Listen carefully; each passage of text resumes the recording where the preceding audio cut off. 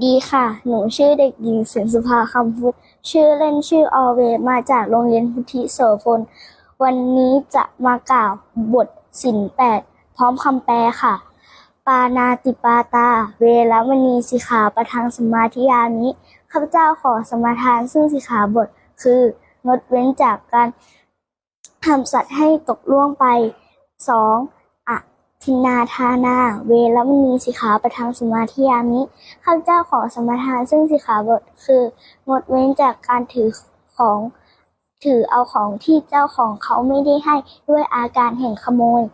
3. อภรรมจริยาเวรมณีสิกขาปะทังสมาธิยามิข้าพเจ้าขอสมาทานซึ่งสิกขาบทคืองดเว้นจากกรรมอันเป็นข้าศึกแก่พรหมจรรย์ 4. มุสาวาทาเวรมณีสิกขาปะทังสมาธิยามิข้าพเจ้าขอสัมมาทานซึ่งสิกขาบทคืองดเว้นจากการพูดเท็จพูดส่อเสียดพูดหยาบคายพูดเพ้อเจ้อสุราเมรยมัชฌัปปมาทฐานาเวรมณีสิกขาปะทังสมาธิยามิข้าพเจ้าขอสัมมาทานซึ่งสิกขาบทคืองดเว้นจากการดื่มสุราและยาเสพติดอันเป็นที่ตั้งแห่งความประมาท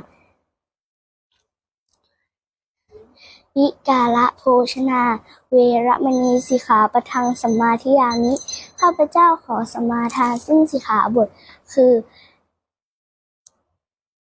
งดเว้นจากการบริโภคอาหารในเวลาวิกาลคือตั้งแต่เที่ยงไปแล้วจนถึงอรุณรุ่งขึ้นวันใหม่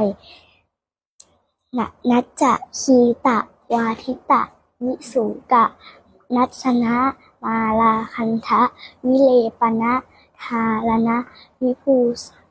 มันนะวิภูสนะฐานาเวรมณีสิกขาปะทังสมาธิยามิข้าพเจ้าขอสมาทานซึ่งสิกขาบทคืองดเว้นจากการฟ้อนรำขับร้องประคมดนตรีและดูการละเล่นต่างๆอันเป็นการศึกแก่กุศลและงดเว้นจากการลูบไล้ทัดทรงตกแต่งร่างกายด้วยระเบียบของหอม